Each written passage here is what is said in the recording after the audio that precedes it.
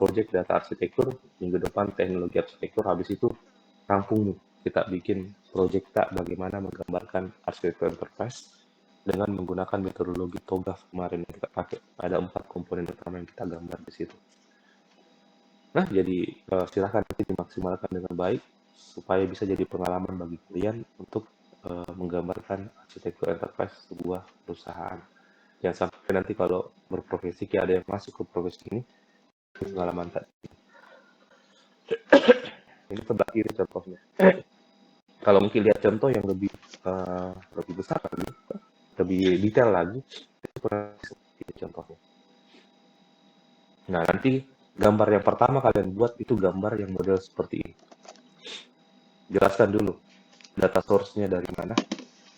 Nah, sebutkan harusnya nanti di sini dari data source-nya muncul semua aplikasi-aplikasi yang kalian masukkan kemarin di application diagram. Nah, yang ada kemarin block diagram saya minta bikin, ada front office, ada middle office, ada back office, ada semua aplikasinya muncul di situ. Maka data source-nya pasti merujuk ke aplikasi-aplikasi itu. Nah, tuliskan semua di sini sumber datanya dari mana. Ini nih sumbernya perusahaan, dia collect data gitu. Nah, selain data source-nya dari internal, di social media analysis kita sempat belajar bahwa data itu sekarang tidak bersumber dari internal perusahaan saja. Dia juga bersumber dari media sosial yang dimiliki oleh perusahaan, ataukah media-media lain yang dimiliki oleh perusahaan kita selain internal tadi. Contohnya misalkan media sosial. Nah, media sosial itu menjadi sumber juga perusahaan mengumpulkan data nanti. Jadi salah satu data source yang kita miliki juga ya media sosial yang dimiliki sama perusahaan. Jadi cek nanti perusahaannya di sampel tak ada tidak media sosialnya.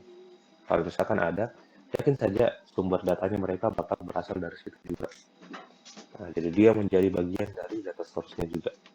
Nah, data source ini bisa kita simpan secara cloud kan. Kemarin sempat belajar cloud system.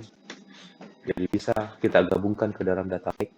Data lake itu kayak apa istilahnya di data kayak dia ada kayak danau besar begitu. Di dalamnya bakal ada data-data yang jumlahnya masif.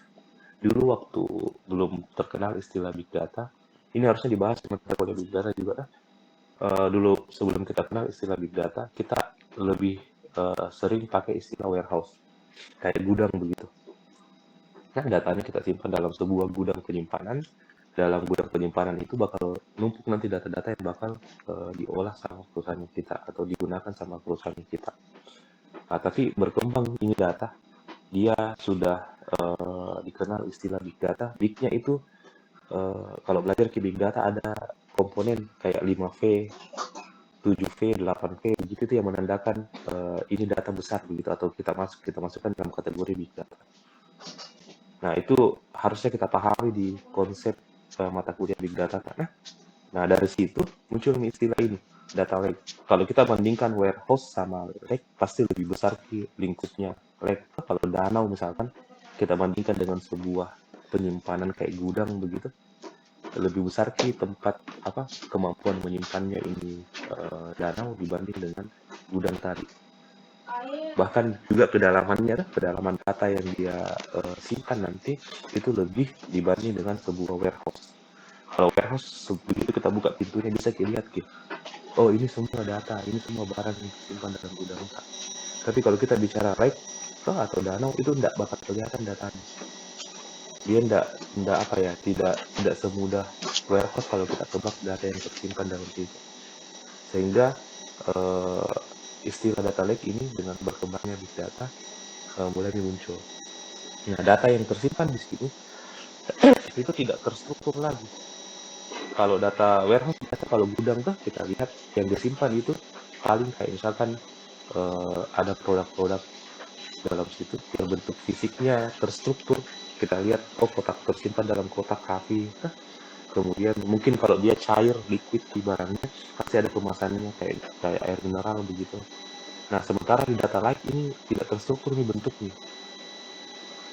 Biasa kalau kita lihat danau ada barang di situ produk kayak misalkan komponennya ada ada kayak ikan jelas bentuknya begitu dan sebagainya. Pokoknya hal-hal yang hidup dalam situ ada yang bisa kita lihat terstruktur dengan baik, ada yang tidak terstruktur lagi. Makanya di big data nanti belajar dua, data yang terstruktur sama data yang tidak terstruktur. Bagian nanti data yang terstruktur, yang tidak terstruktur nanti diajar di sama Pak Asdaq. Terus saya bakal ajar tim SQL, Pak Asdaq bakal ajar tim NoSQL. Nah itu datanya satu terstruktur, satunya tidak terstruktur. Makanya kita lihat di sini. Kalau di data lake itu lihat data yang dari perusahaan tadi internal, ini yakin saja kalau internal pasti terstruktur database lah. Tapi di antaranya itu ada yang ini audio, kemudian ada media sosial, kemudian belajar di sosial media analysis. Tantangannya di sana karena datanya tidak terstruktur. Kemudian ada video, ada gambar, dan lain-lain. Sehingga hal-hal kayak begini itu biasanya ditampung dalam data lake. Karena kalau kita bicara big data, datanya itu variatif, tidak hanya data terstruktur. Sementara kalau kita di warehouse itu datanya data yang terstruktur, kita simpan di situ. Umumnya, nah makanya kita lihat panahnya di sini. Tanda panahnya yang data source yang dari internal perusahaan langsung ke warehouse. Kenapa? Karena sebagian besar memang data di sini adalah data yang terstruktur. Iya data yang terstruktur. Sementara kalau yang di bawah, data source yang masuk ke dalam data lake-nya itu datanya tidak terstruktur. Nah, nanti di sini bakal kita lihat ini data yang ada di warehouse sama data yang ada di data lake itu mau dipakai untuk keperluan apa. Di sini dia gambarkan nih, yang pertama untuk keperluan analitik, kayak profesinya kalian bikin dashboard data, bikin visualisasi data dan seterusnya. Kemudian masuk juga untuk data science, sama yang berikutnya masuk juga untuk machine learning. Nah, lihat nih kalau machine learning. Machine learning itu sebagian besar datanya tidak mengambil dari data warehouse. Kalau kita rujuk ke model yang di sini, nah, dia bakal mengambil ke data lake. Kenapa seperti itu? Karena machine learning jangkauan datanya jauh lebih luas dibanding sekedar kita visualisasikan datanya. Nah, kemudian kita coba lihat lagi. Data lake yang sifatnya tidak terstruktur dan terstruktur dalam sini, itu tidak digunakan untuk data analytics.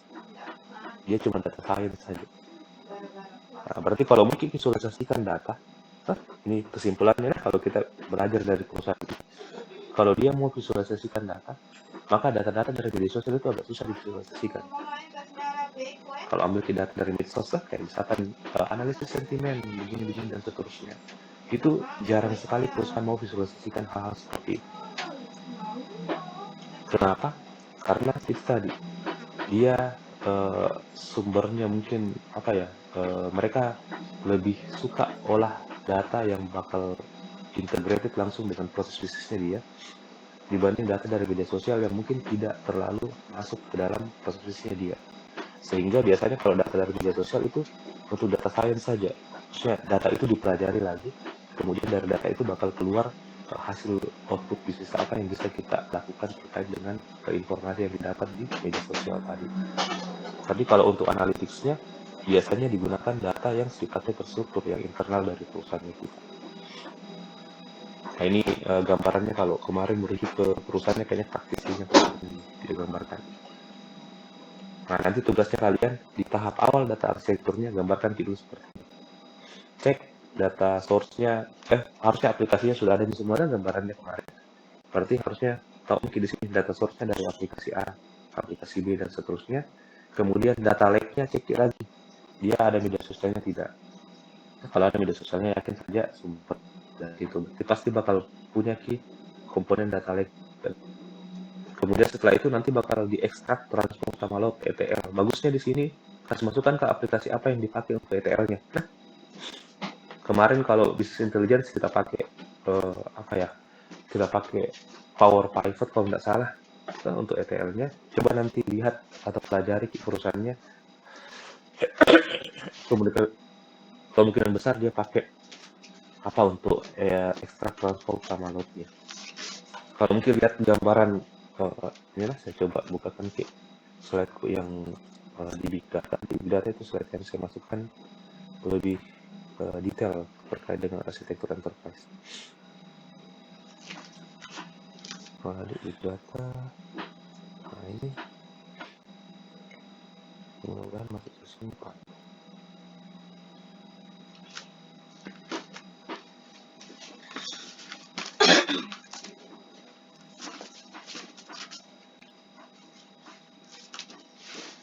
Nah ini dia.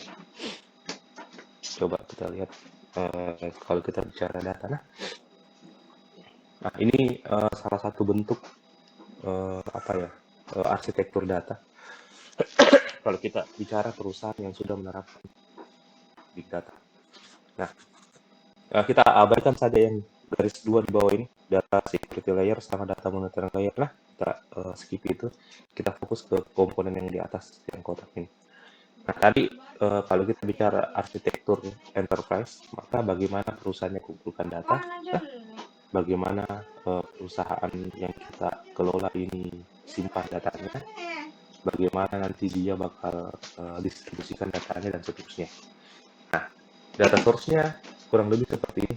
Harusnya detail juga, tapi ini tidak terlalu detail. Tadi lebih detail yang gambar sebelumnya.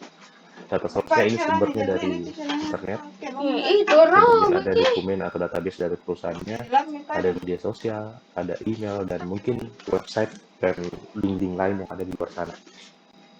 Kemudian setelah itu, datanya diambil sama mereka, disimpan dalam servernya masing-masing. Nah, setelah disimpan, servernya ini penyimpanannya biasanya 2 lapis begitu. Karena jangan sampai server utama dikena virus atau kena hal-hal yang kita pelajari di DRM, maka kalau cuma satu layer saja itu bakal hilang semua datanya. Nah, di sini di big data biasanya kalau kita bicara data storage ada S3. Kalau kalian belajar kemarin cloud system itu ada penyimpanan di Amazon S3 itu masuk kategori tempatnya perusahaan lagi tren untuk pakai simpan datanya. Ya simpan di cloud istilahnya. Itu layer keduanya. Taruhlah di sini mereka punya server internal sendiri. Nah, misalkan di WNM ada servernya di Finisi, dia simpan di situ datanya. Layer pertama. Untuk layer kedua itu dia simpan di cloud supaya kalau misalkan kita mau akses ini data dari aplikasi yang kita buat misalkan atau kita mau visualisasikan, dia ngambil datanya bukan langsung ke server. Dia ngambil datanya ke server layer kedua. Dalam hal ini dia simpan di cloud tadi menggunakan teknologinya Amazon S3. Kemudian selain itu ada juga yang bikin kayak streaming data begitu. Dia bikin dia install software ini kayak bisa juga menampung data yang nanti bakal di stream dari server layer yang pertama. Jadi update sekali datanya, kenapa? Karena begitu bertambah data di layer pertamanya server itu bakal nambah juga ke storage-nya kita. Yang kedua, layer yang kedua. Nah, di big data itu ada aplikasi yang sering kita pakai yang teknologinya masuk kategori ini, HDFS. Ini muncul nih yang aplikasi kayak tadi saya bilang ada Hadoop, ada kawan-kawannya yang mirip-mirip dengan itu, yang fungsinya bisa streaming data nanti. Nah, dia simpan di layer yang kedua tadi, data storage layernya. Kemudian setelah itu, dia bikinkan lagi data processing layer. Processingnya dia bagi 3. Ada yang sifatnya batch ini bagaimana ya, tunggu dikasih gambaran. Batch ini dia kelompokkan ke tugas-tugasnya. Jadi kayak misalkan ini bagian keuangan dia butuh data-data keuangan di situ. Maka dia kelompokkan dalam satu batch ini, nanti yang ada di situ cuma data keuangan saja. Dan nanti pas mau diakses itu bakal mengarah ke orang-orang yang butuh data itu saja. Nah, ada juga yang real time. Real time ini kayak database-nya bertambah, kemudian di processing layer-nya juga bakal mengikuti database yang bertambah di database aslinya. Jadi pokoknya kalau ada data baru bakal nambah terus di situ. Siapapun bisa akses nanti. Nah, kemudian hybrid processing itu gabungan antar keduanya. Jadi ada yang real time disiapkan, jadi nanti ada satu ini layernya yang real time bertambah terus datanya. Jadi kalau misalkan ada yang mau ambil dalam perusahaan tak bakal ngakses ke situ dan bebas saja dia tarik data apapun di situ. Kalau yang batch tadi tidak bisa kan datanya, sehingga data yang dibutuhkan untuk kelompok tertentu bakal masuk ke batch 1 misalkan untuk data keuangan, batch 2 data SD bakal masuk ke batch yang masing-masing. Nah, dia kelompokkan. Kemudian setelah itu baru dia main query. Kalau query kemarin Jadi nanti bakal diajar di mata kuliah ini. Big data, bagaimana menggunakan perintah query untuk mengakses sebuah database. Nah, di sini muncul aplikasi-aplikasi yang bisa kita pakai kayak misalkan Spark, ada Hive, ada Amazon, ada Presto, dan seterusnya. Nanti kalau kalian data query layer-nya belajar kita pakai MySQL sama NoSQL, Pak Astek bakal ajar juga itu. Nanti habis itu distribusinya kan kita pakai apa? Nah, dia pakai ini nih, visualization layer. Di sini dia pakai Tableau, dia pakai aplikasi-aplikasi lain yang bakal bisa digunakan untuk distribusikan ke datanya nanti. Nah, terakhir tadi use set dia penggunaan datanya. Nah, penggunaan datanya lebih detail nanti. Nanti ada diagramnya sendiri selain diagram yang seperti ini. Tapi di tahap awal harus digambarkan dulu diagram seperti ini supaya secara keseluruhan ini dari helikopter view-nya kelihatan bahwa oh iya dalam perusahaannya itu interaksi atau arsitektur datanya secara garis besar itu seperti ini modelnya. Nah, nanti silahkan di tahap awal gambarkan dulu kurang lebih mau modelnya kayak begini boleh kah? Kayak ini tadi boleh juga pakai gambar yang saya perlihatkan tadi di slide yang sebelumnya. Nah, kemudian dalam data arsitektur kita kenal istilah ini, data warehouse, data mart, sama data lake. Ini kalau kita urut yang paling tinggi levelnya data lake karena dia yang paling luas, kemudian masuk ke data warehouse, kemudian